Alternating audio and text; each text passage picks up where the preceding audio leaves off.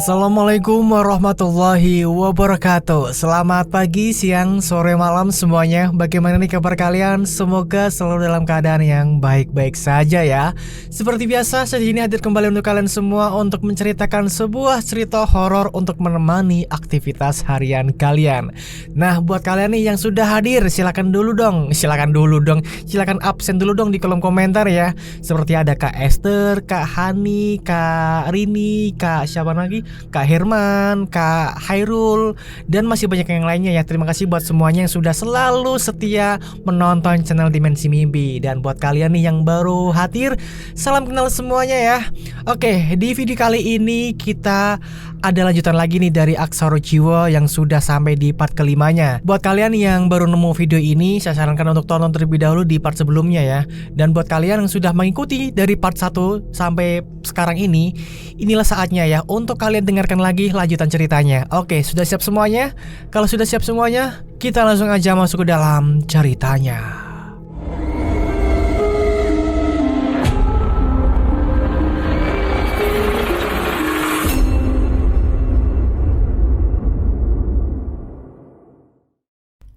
Bismillah, demit orang dulit, setan ora doyan.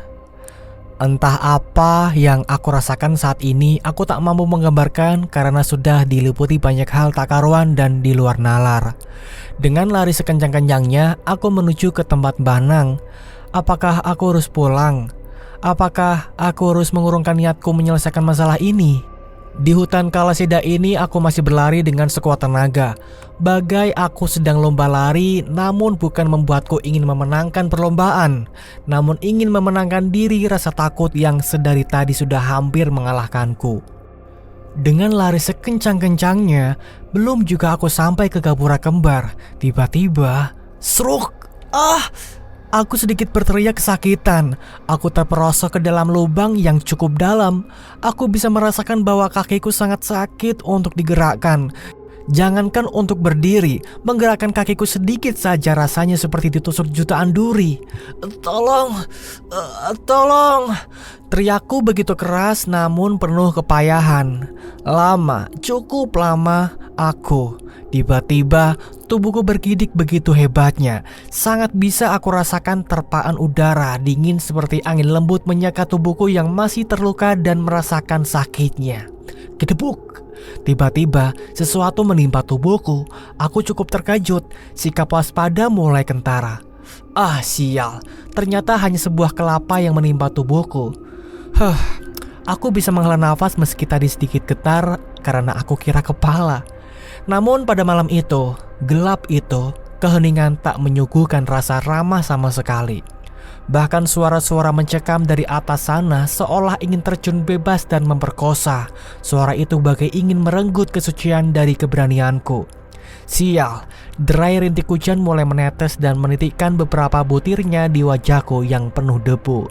Perlahan rintik itu berubah menjadi butir-butir hujan yang cukup deras mengguyur tubuhku yang masih terduduk menahan rasa sakit di kakiku ini. Perlahan air mulai naik dan perlahan mengisi lubang yang menawanku. Guratan-guratan luka yang tadi tidak aku rasakan kini mulai terasa perih tatkala air mulai mengisi satu hasta di lubang biadab ini. Tolong! Tolong! Teriakku sekencang-kencangnya karena kini air mulai setinggi dada. Aku mulai gentar.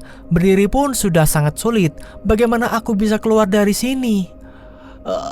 Tolong! Tetap aku berteriak meminta pertolongan meski aku tahu sudah lama aku berteriak namun sama sekali tak ada yang menggubrisku. Aku mulai putus harapan. Aku pasrahkan semua pada Maha Kuasa yang berkuasa akan diriku dan semuanya. Air sudah naik lagi. Aku sudah tak kuat jua akan dingin yang mengelayutiku. Mataku mulai berkunang-kunang. Aku mulai tak bisa menyadarkan diriku. Aku kehilangan kesadaranku. Tiba-tiba biur. Suara entah apa itu terjun di dekatku. Semua sudah gelap. Aku tak bisa mengingat apa-apa setelah itu. Sayup-sayup suara terdengar oleh telingaku ini. Pak, demam niki pak. Suara perempuan terdengar lembut dan terasa kepalaku disentuh oleh tangan lembut. Pokoknya dirawat dulu anak itu ya nak. Aku mau keluar sebentar. Tolong jaga anak itu ya, ucap seorang pria yang nampaknya sudah paruh baya. Aku hanya bisa mendengar semua percakapan itu, tapi badanku seperti masih mati rasa. Bahkan membuka mata ataupun berbicara saja aku tak mampu. Aku bagai kembang kasur yang hidup dengan kebutaannya. Iya pak, hati-hati, ucap lembut suara gadis perawan yang terdengar. Kini aku hanya bisa mengandalkan indera pendengaranku. Andai saja aku mempunyai kliwon seperti dalam serial televisi Si Buta dari Gua Hantu, mungkin aku tidak akan terlalu kesulitan dengan keadaanku saat ini. Batinku yang masih bisa tertawa dengan keadaan seperti ini. Namun, nampak samar-samar aku mendengar gadis itu berbicara sendiri. Sedikit aku dengar gadis itu nampak penasaran akan diriku yang tiba-tiba dibawa dengan penuh luka. Hanya itu yang ku dengar. Maha Pencipta, aku belum bisa apa-apa. Bahkan sekedar membuka mata atau membuka mulutku saja, aku pun tak mampu. Bagaimana aku bisa memberitahu seseorang di dekatku akan siapa sebenarnya jadi diriku? Hari-hari nampak bergulir begitu cukup cepat. Itu pun aku tak bisa memastikan. Hanya aku berprasangka dan mempertajam intuisiku. Perlahan dengan semakin tajamnya intuisiku, aku mulai bisa menandai kapan terang dan kapan gelap dengan bantuan ayam yang berkokok. Jika intuisiku benar, mungkin sudah sepekan aku berada di tempat yang belum aku ketahui ini, di mana setiap hari pula aku dirawat, disuapi, bahkan diseka oleh gadis itu seperti orang lumpuh. Sampai aku berpikir, apakah ini mungkin yang dirasakan orang yang sedang koma? Hanya bisa mendengar tanpa tak bisa apa-apa. Manusia. Manusia hanya bisa menggerutu dan banyak tanya tanpa mau mengetahui apa yang sebenarnya terjadi. Manusia, katanya dia adalah makhluk sempurna, namun selalu diperkosa oleh egonya dan selalu bersenggama dengan ketidaktahuannya. Bagai manusia melancurkan diri agar bisa memahami kepelikan dunia ini. Sebuah hal tak manusia jika dikatakan, meski itu memang sebuah kejujuran dalam kenyataan. Dalam intuisiku, kurasa ini sudah hari ke-13. Aku coba untuk menggerakkan jari-jariku perlahan. Aku bersyukur aku bisa menggerakkannya. Aku coba untuk menggerakkan tangan dan kakiku dan itu bekerja. Aku merasakan secercah cahaya dalam benakku sebagai manusia hina ini. Aku pun mencoba posisi duduk dan mata masih terpejam. Aku mencoba berdiri tapi mata masih enggan terbuka. Bahkan masih sulit sekali terbuka.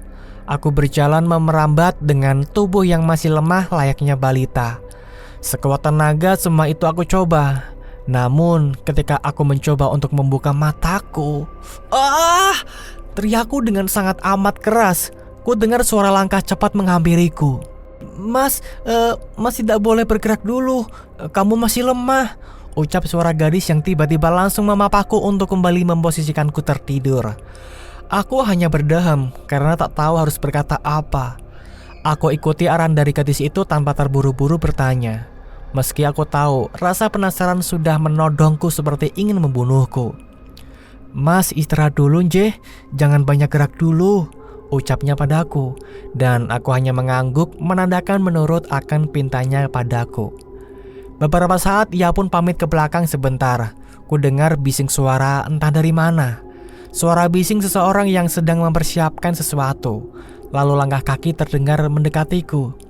Mas, makan dulu Njeh, aku bantu suapin, ucap gadis itu yang mulai memintaku membuka mulutku. Suapan demi suapan dia berikan padaku. Lagi-lagi aku bagai balita dibuatnya. Sedikit malu, namun aku sangat berterima kasih entah siapapun kamu dan entah bagaimanapun rupamu. Terima kasih telah dengan senang hati merawatku. Aku akan selalu berhutang budi padamu, ucap dalam benakku. Sedikit terharu akan ketulusannya merawat manusia yang sepertiku yang mungkin ia tak mengenal siapa sebenarnya diriku ini. Kau adalah gadis baik, ucap batinku menaruh percaya walau rupanya tak bisa kulihat dengan bola mata yang telah buta. Sayup-sayup suara serangga mulai kentara. Suara angin mulai meniup tiap dahan-dahan. Angin memetik tiap dahan bagai petikan senar gitar dengan melodi ritmis di keheningan. Mas, Istirahat dulu Njih, biar cepet sehat, ucap gadis itu padaku. Aku hanya menganggukkan kepala tanda setuju. Aku dibaringkan di tempat yang kurasa ini terbuat dari bambu. Tak lupa dia menyelimutiku dengan kain tipis agar tidak terlalu kedinginan.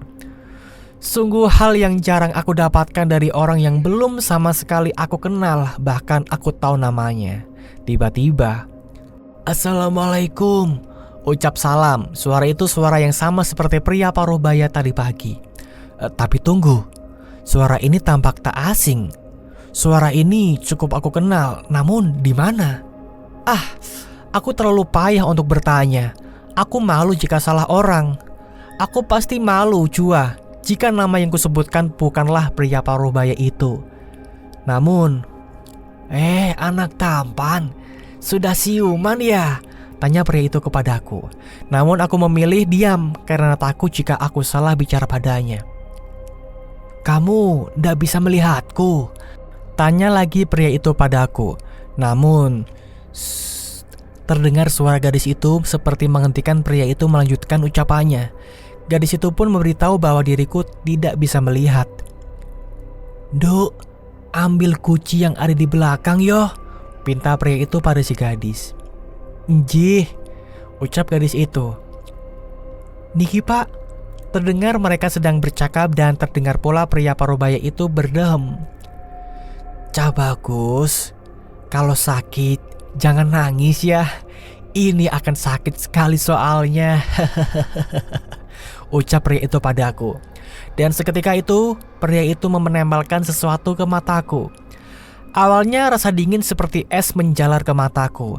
Namun semakin lama rasa itu berangsur berubah menjadi panas dan seolah membakar kedua bola mataku.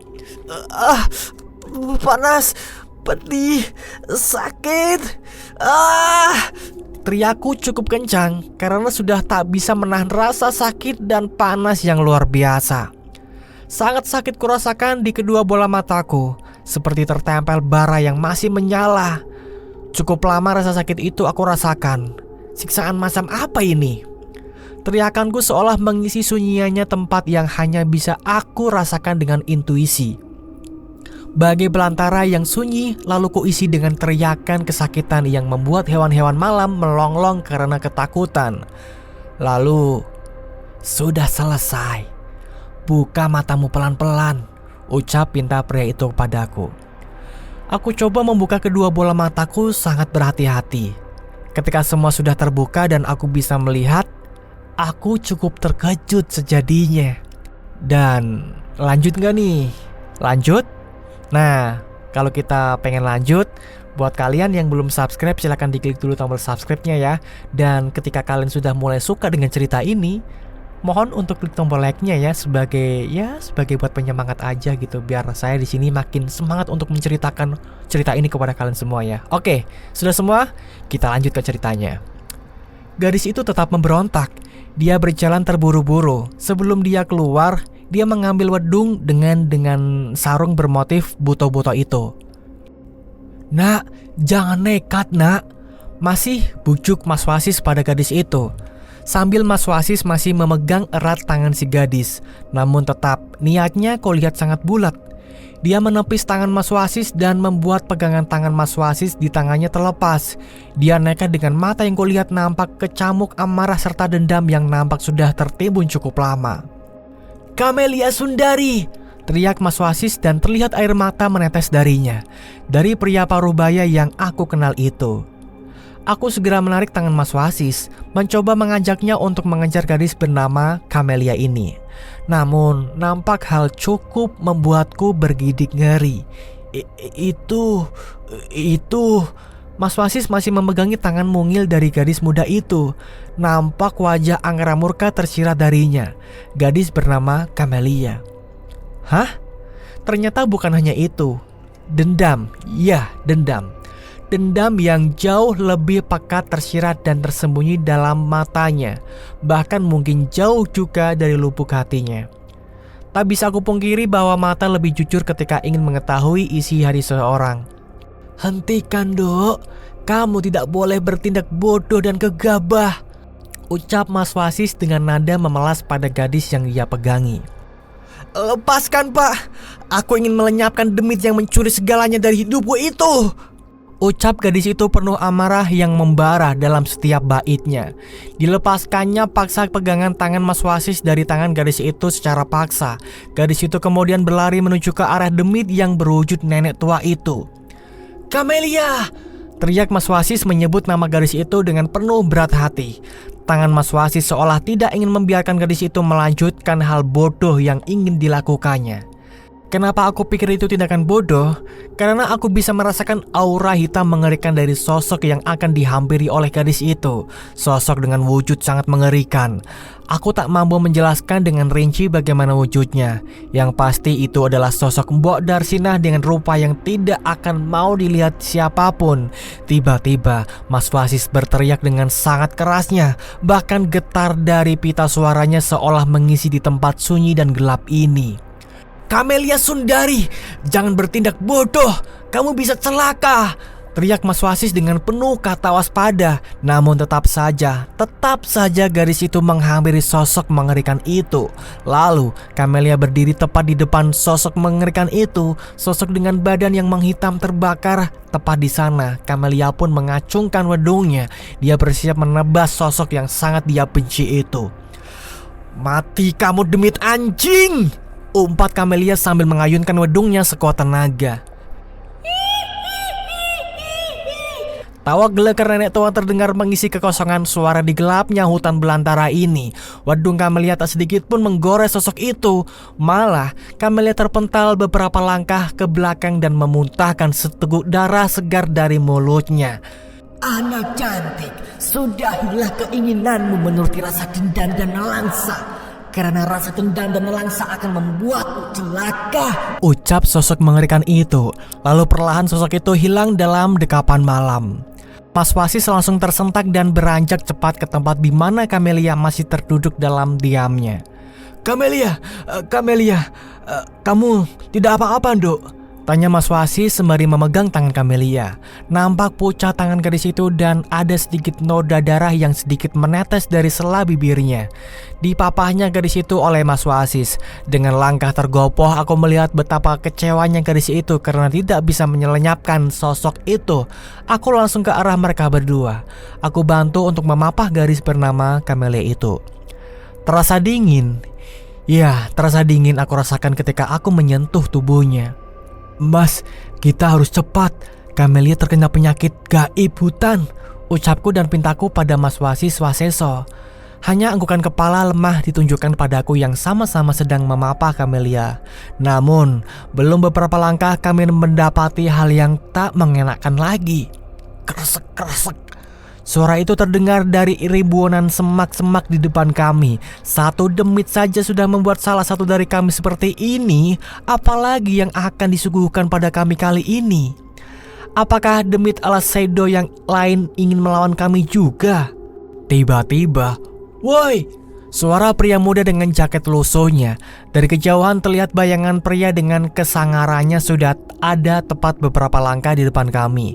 Aku bisa merasakan aura yang mengerikan dari bayangan pria itu. Detak jantungku berpacu laksana pacuan kuda. Gemetar badanku tak bisa akan kutahan kali ini. Bahkan aura ini lebih kelam dan hitam dari sosok yang membuat Kamelia terluka tadi. Nafasku memburu serasa akan kehilangan kesadaranku. Jariku terlihat bergetar begitu hebatnya. Detak jantung ini terasa semakin cepat seiring langkah dari bayangan pemuda yang ada dari kejauhan sana. Apakah rasa was-wasku sudah pada batasnya? Apakah ini akhir dari kami semua?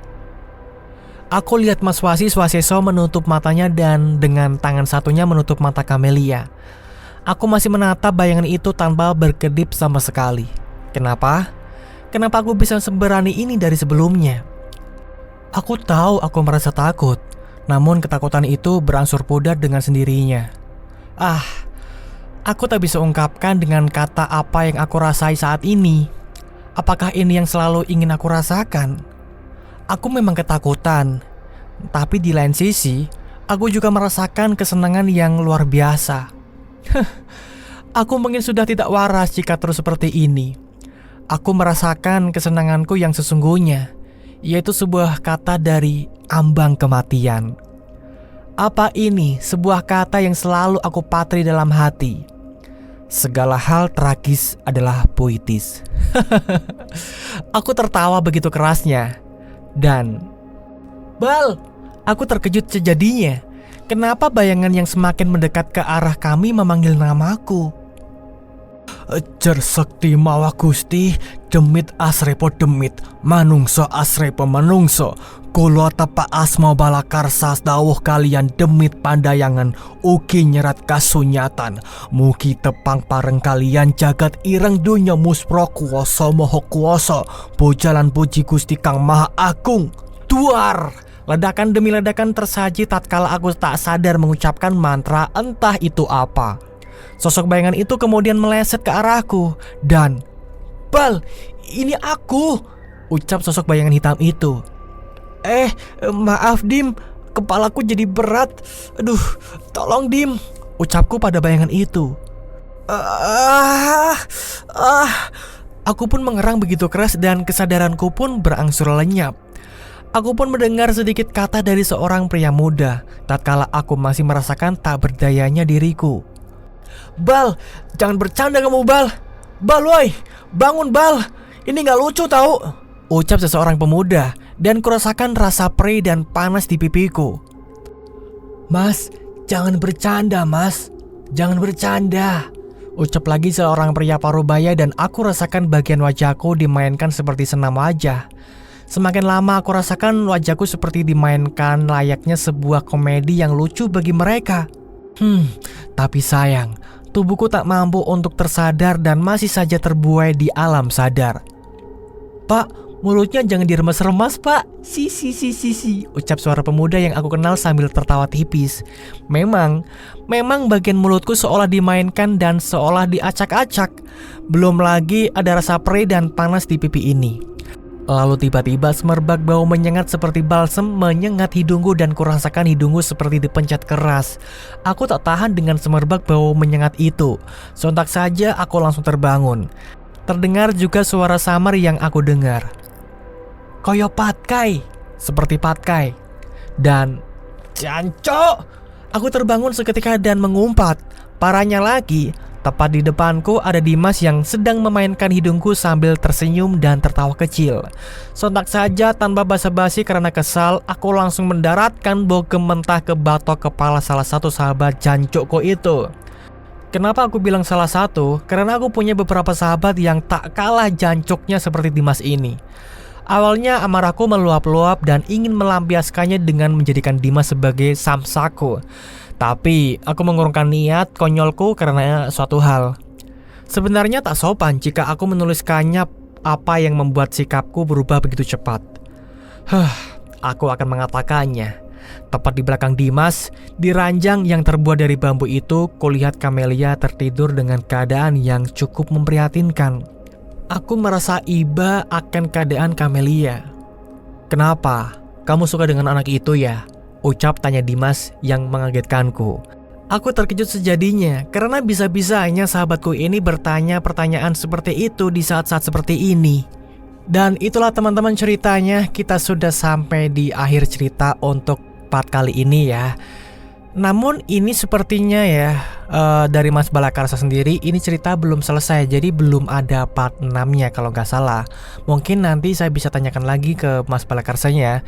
Jadi buat kalian yang nantinya tuh bingung kok nggak ada kelanjutannya gitu ya, karena memang dari Mas Balakarsa sendiri belum ada lanjutan ceritanya atau di part ke-6-nya ya. Oke, gimana buat kalian yang suka dengan ceritanya? Jangan lupalah untuk klik like-nya ya. Dan yang belum subscribe silahkan diklik dulu tombol subscribe-nya dan juga nyalakan loncengnya agar kalian tidak ketinggalan video terbaru dari channel Dimensi Mimpi. Seperti biasa, mungkin saatnya saya di sini untuk pamit undur diri dulu. Kita akan bertemu di video berikutnya. Wassalamualaikum warahmatullahi wabarakatuh. Ingat ya, hidup hanyalah ilusi.